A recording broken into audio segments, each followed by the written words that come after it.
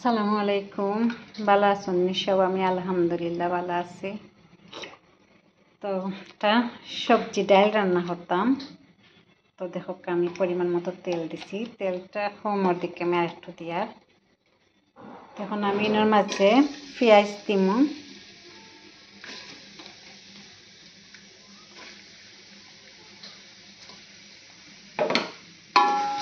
আমি কিন্তু গাছড়া করিয়া দিব একটু, মানে পেঁয়াজগুলার একটু বাজা বাজা করবো। আমার আগুনটা কম আছে, আমি আগুনটা একটু বাড়াইয়া দিচ্ছি।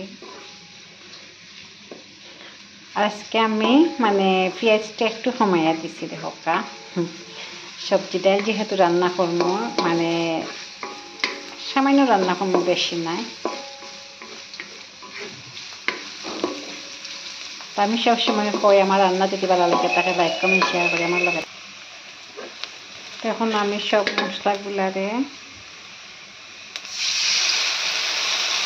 মিক্স করে নিচ্ছি। আমি মশলাগুলো মিক্স করে নিই, আপনারা সবসময় দেখেন, কারণ গুঁড়া মরিচ গুঁড়া মশলার একটু মিক্স করে নিলে মানে রান্নাটা মানে ওই যে মশলার ভিজা ভিজে একটা থাকে, আর বাটা মশলাগুলো এখন মনে হয় লেগে আমি মশলাগুলার একটু মানে আগেও ভিজিয়ে লই।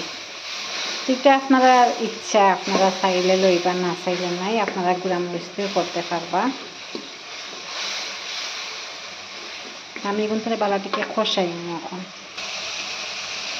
এখন দেখো আমি মানে সবজি ডাইল মানে ডাইল সহ কাদের সবজিগুলো দিই আর দিয়ে এখন আমি লাড়াচাড়া করিয়া দিই।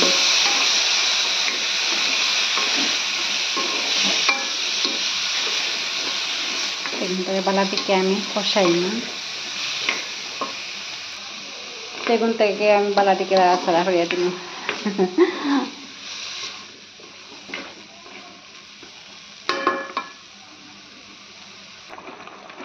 তো দেখো ডাইল সবজি আমার এগুলা কিছুটা মানে ওই আইছে। তো আমি ওখানে এর মাঝে একটা ডিম দিম।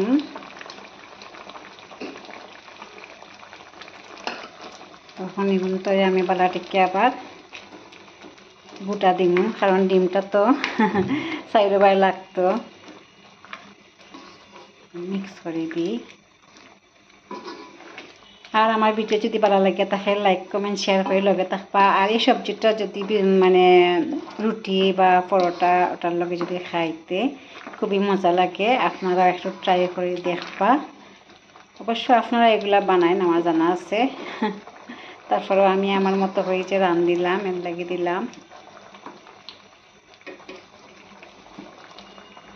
তার কিছু সময় হোক আর আপনারা আমার লগে থাকা। আর আমার রান্নাটা কি লইছে আপনারা কমেন্ট করে জানো। তো দেখো আমার রান্নাটা শেষ। আমি এখন কম আগুন দিয়ে রান্নাটারে মানে চুলাত রাখি দিমু। তো আপনারা ওলা রান্ধিয়া খাইবা। ভালো থাকবা সব। খুদা হাফেজ। আসসালামু আলাইকুম।